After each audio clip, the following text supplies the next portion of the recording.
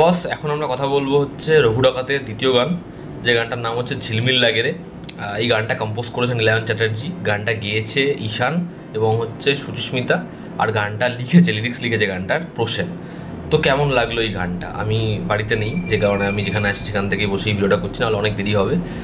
তো আমার না এই গানটা বেশ বেশ ভালো লেগেছে। মানে গানটা আমি দু তিনবার শুনলাম, ভিডিও দেখা ছাড়াও গানটা আলাদা করে শুনলাম, এবং আমার মনে হয় প্রথম গানের থেকে, মানে আমি যদি গান হিসেবে কম্পেয়ার করি, কম্প্যারিজন আসে না, একেবারেই আসে না।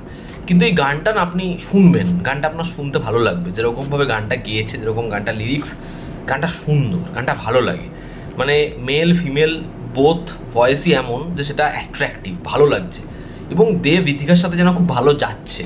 তো গানটা খুব ভালো। নীলায়ন চ্যাটার্জি আবার ভালো একটা মিউজিক করেছে, দেবের সাথে তার কোলাবোরেশন বারবার ভালো হয়, তো আবার সেটা ভালো হয়েছে। গানটা ভালো, গানটা ভালো লাগছে। এবার যদি আমরা ভিজুয়ালসের কথা বলি, দেখুন টিজার থেকে এটুকু পরিষ্কার ছিল যে এই গানটা ভিজুয়ালি অ্যাট্রাকটিভ হবে, ভিজুয়ালি ভালো হবে। তো ভিজুয়ালস এখানে ভীষণ ভালো।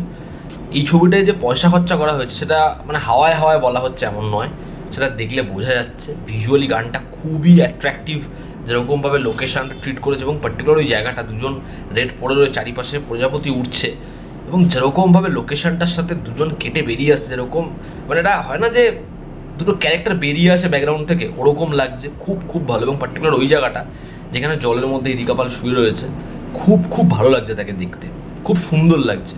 আর যদি দেবের কথা বলি, দেখুন দেব যে মাস্কুলার হয়েছে, যেরকমভাবে ফিজিক্যালি সে এই ছবিটাতে, মানে বাদবাকি ছবির থেকে এই ছবিটা আলাদা হয়েছে, সেটা প্রথম দিন থেকে বোঝা যাচ্ছে, এবং দেবকে হেভি লাগছে। মানে আমরা দেবকে এরকমভাবে নিজের বডি শো করতে চ্যাম্প ছাড়ার কোন ছবিতে আলাদাভাবে দেখেছি, মানে দেখলেও এখানে দেব যেরকম ফিগার বানিয়েছে সেটা অন্য লেভেলেই, এবং সেটাকে প্রমিনেন্টভাবে তারা প্রেজেন্ট করেছে।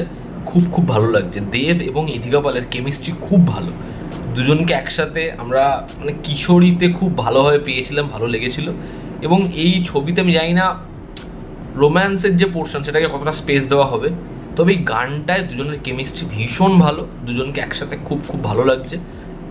ইদিকা পালকেও দেখতে ভালো লাগছে, এবং দেবকে তো বললামই, ফিজিক্যালি যে ট্রান্সফরমেশনটা সেটা তার প্রত্যেকটা ছবির থেকে আলাদা। এবং এই গানের যে শেষের যে জায়গাটা, যেখানে দেব পুরো ব্ল্যাক পড়েছে, ঝিরঝিরি বৃষ্টি হচ্ছে, সেখানে লোকেশনটা আলাদা করে ফোকাস কিছু করেনি, কিন্তু সেখানে না দেবকে হেভি লাগছে। মানে এরকম বিয়ার্ড, এরকম হেয়ার স্টাইল, এরকম একটা মানে বডি মাস্কুলার চেহারা, তার মধ্যে হচ্ছে যখন ব্ল্যাক পড়বে না, সেখানে আলাদা রকমই লাগবে, সেটা হেভি লাগছে, হেভি লাগছে। আমার একটা জিনিস মনে হয়, এটা নেগেটিভ দিক নয়, খালি এই গানটায় মানে রঘুর যা অরা, দেবের যা অরা, সেটা এর আগে এরকমভাবে প্রেজেন্ট করা হয়েছে, সেটা এই লেভেলে আছে। আমার মনে হয় যদি দেব এই গানটায় লিপ না দিত আরও বেটার হতো। মানে গানটা চলছে, বাট তার অ্যাটিটিউডটাই এমন, তার লিপ দেওয়ার কোনো দরকারই নেই, ঠিক আছে?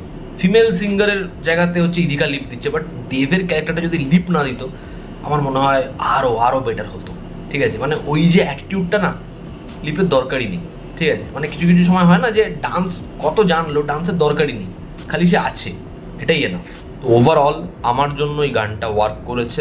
দেব ইদিকাকে দেখতে ভালো লেগেছে, তারা ভালো শ্যুট করেছে। দেখার ছবির রোম্যান্টিক যে পোর্শনটা সেটা কতটা স্পেস পায়, ছবিতে ইদিকা পালের ক্যারেক্টারটা কতটা স্পেস পায়। আজ থেকে এই ছবির বেঙ্গল ট্যুর স্টার্ট হয়েছে, দেখার ছবির প্রমোশন কেমন হয়। ছবিটা তো ম্যাসিভ ওপেনিং নেবেই, ছবিটা নিয়ে হাইপ রয়েছে, এবং গানটাও ভালো হয়েছে। তো এই ছিল আমার ওপিনিয়ন। আপনারা যারা শুনেছেন, দেখেছেন, আপনাদের কি রিয়াকশন জানাবেন। জনতা আমাদের পাশে আছে, আবার দেখা হচ্ছে। Take care.